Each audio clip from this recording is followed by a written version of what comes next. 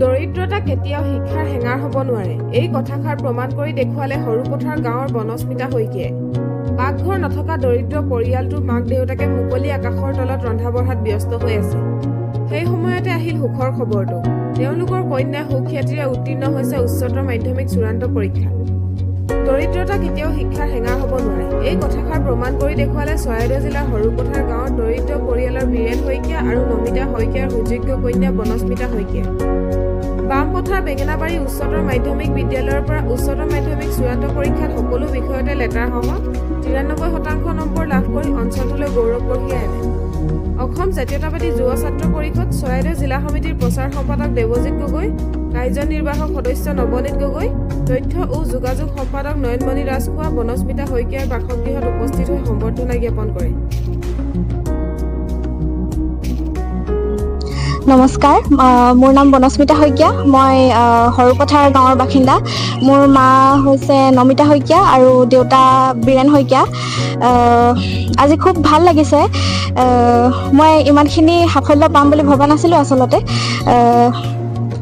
চেষ্টা কৰি গৈছিলোঁ আৰু মই বামপথাৰ বেঙেনাবাৰী উচ্চতৰ মাধ্যমিক বিদ্যালয়ৰ পৰা উচ্চতৰ মাধ্যমিক চূড়ান্ত পৰীক্ষাত অৱতীৰ্ণ হৈছিলোঁ।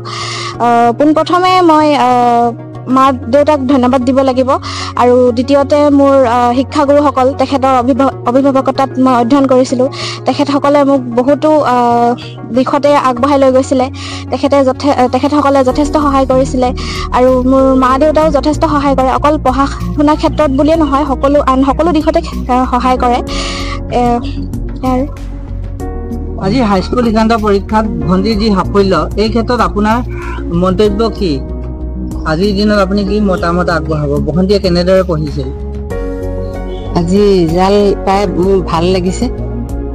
ভণ্টিয়ে গধূলি 11টামানলৈকে পঢ়ে, তাৰপৰা ৰাতিপুৱা 4টামান বজাত উঠে পঢ়িবলৈ।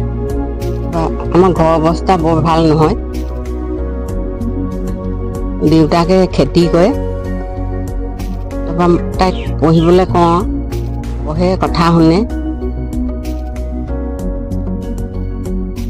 আমাৰ কাৰেণ্টো নাথাকে, কেতিয়াবা ফেনো এখন আছে, কেতিয়াবা চলে, কেতিয়াবা বন্ধ হয়। এনেকৈ মই বিচি দিওঁ, পঢ়িবলৈ কওঁ, শুনে, কথা পঢ়ে।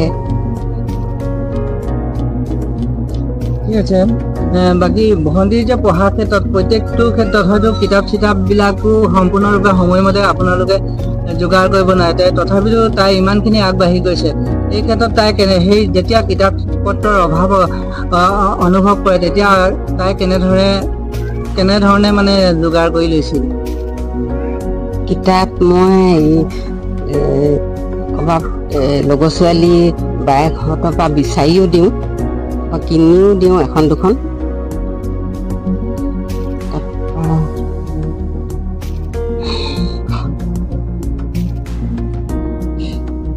এনেকৈ মোবাইলতো চাই প্ৰশ্ন।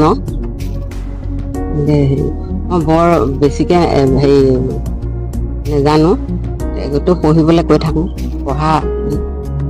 ঠিক আছে, ধন্যবাদ।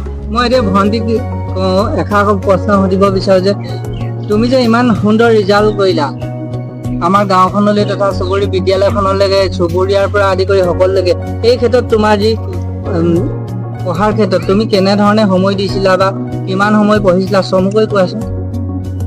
পঢ়াৰ ক্ষেত্ৰত বুলি ক'লে মই নিৰ্দিষ্টকৈ সময় লোৱা নাছিলোঁ।